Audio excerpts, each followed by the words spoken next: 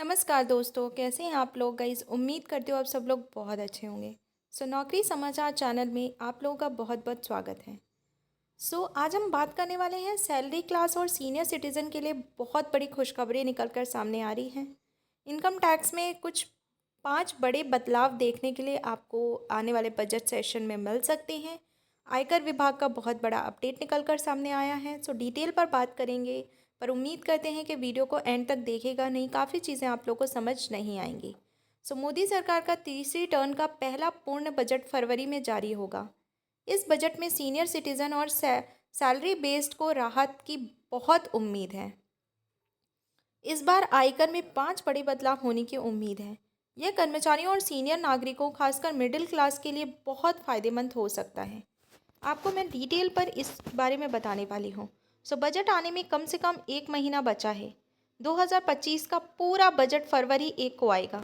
इससे करदाताओं को बड़ी राहत की उम्मीद है। सरकार से सैलरी बेस्ड और सेवानिवृत्त पेंशनभोगी सीनियर सिटीजनों की आयकर स्लैब को लेकर बड़ी उम्मीदें हैं। मोदी सरकार 3.0 खासकर मध्यम वर्ग को आयकर छूट का बड़ा लाभ दे सकती है।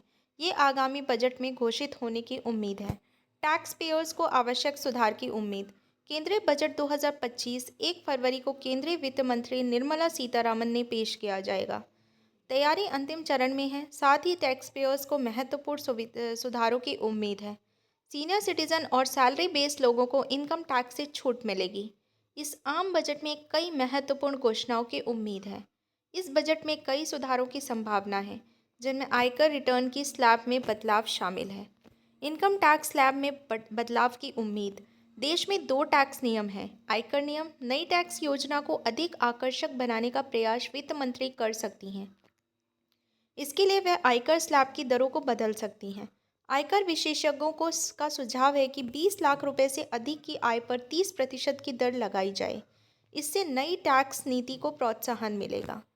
वरिष्ठ नागरिकों को विशिष्ट छूट। केंद्रीय सरकार ने अब सभी करदाताओं पर एक समान टैक्स नीति लागू की है।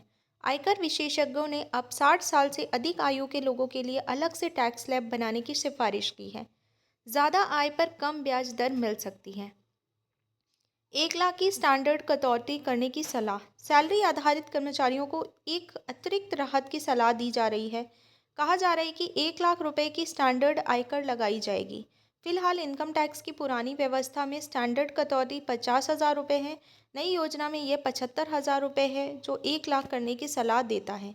सोने के आयात शुल्क में बदलाव हो सकता है। सोने के आयात शुल्क इस बजट में बदल सकता है। सोने के आयात शुल्क को सरकार ने व्यापार घाटे को नियंत्रित करने के लिए भी बढ़ा सकता है। कुछ समय पहले ही सोने का आयात शुल्क 15% से घटाकर 6% हो गया था। अब व्यापार घाटे को कम करने के लिए इसे बढ़ा सकते हैं। धारा 80C में परिवर्तन की संभावना। इस बजट में धारा 80C कटौती सीमा में बदलाव की सिफारिश की गई है। 1.5 लाख से बढ़ाकर 3.5 लाख करने की सलाह दी जाती है। साथ ही इस धारा से होम लोन इंटरेस्ट की कटौती को अलग कर उच्च सीमा देने की मांग की है। इस बजट में यह बड़ा बदलाव शायद होगा। पूरी होने की उम्मीद है। ऐसा मीडिया के बहुत सारे सोर्सेज के थ्रू भी चीज़ें जानने के लिए मिली हैं। उम्मीद करते हैं 1 फरवरी का इंतज़ार हम सबको रहेगा, और मुझे भी रहेगा, और मुझे लगता है मेरे व्यूअर्स को डेफिनेटली रहेगा। आई होप आपको वीडियो भी अच्छी लगी होगी। अगर वीडियो अच्छी लगी है तो please do subscribe this channel and press the bell icon, जिससे आपको समय समय पर नोटिफिकेशन मिल सके। आज के लिए इतना ही। मिलते हैं अगली वीडियो में। जय हिंद, जय भारत।